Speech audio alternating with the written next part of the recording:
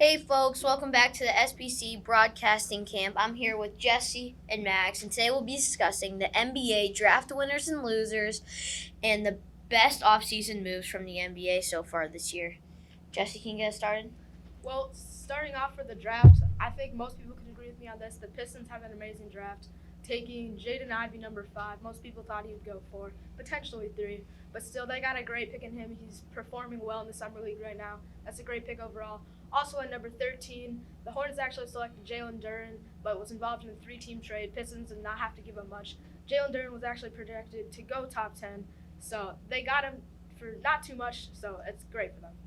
Yes, that was most definitely steal. Any thoughts from you, Maddox? Honestly, those two picks were probably the two best picks of the draft, but we could look earlier, a little bit earlier, like 1, 2, 3, how Paulo went first. That was a good pick. We'll see how he ends up doing. The thing about rookies is like how they accommodate to the NBA. I mean, he's shown great potential. Oh yeah, he's shown awesome obviously. potential. So Holgren, those top 5, all showing great potential.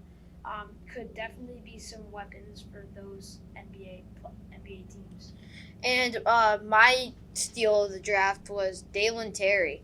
I see a lot in him as really a two-way guard / small forward, and he sees the court amazingly. As he has shown in his college career, how he can hit open men, and it's a great spacer. And he's shown that so far in the summer league, but we'll have to look forward to the season. Discussing more winners and losers of the draft. Although I wouldn't say call the Kings losers, I don't love their pick at number 4 with Keegan Murray. While I do think he will be all right, I don't think 4 was the spot for him. In my mock draft, I actually had him going 6, 7, maybe 8. I did like him at Iowa, but not the best. Another winner for me.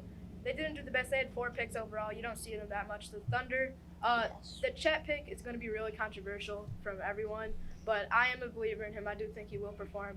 They got Jalen Williams out of Santa Clara. They got the other Jalen Williams in the second round. And then they also got one other player, that's Ousmane Dieng, number 11, they acquired from the Knicks. Yes, and when you put Chet Holmgren in an NBA weight room, it will be interesting to see how he develops as a player. And him being so young, he could easily turn into a Giannis type caliber, but he also brings that shooting aspect, and he can also pass. And we have a caller. Excuse me, what's your name? My name's Johnny. Oh, hello, Johnny. What's your question? I wanted to ask you about the Indiana Pacers 6th overall pick, Benedict Mathurin out of Arizona. What do you guys think of him?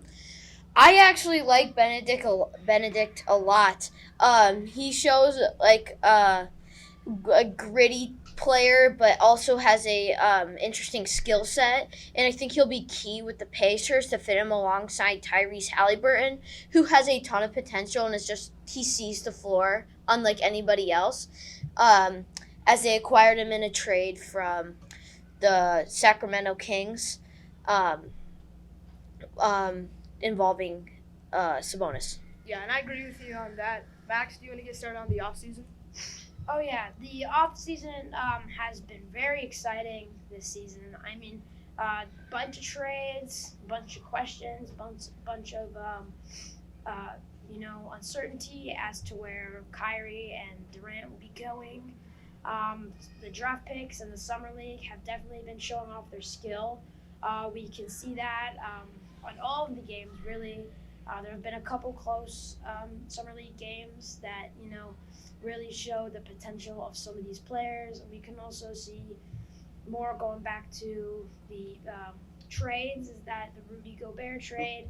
I kind of want to talk about that a little bit because I do feel like that it wasn't such a good trade for Minnesota because they lost a lot of they gave up like 5 draft picks, could have been useful for future.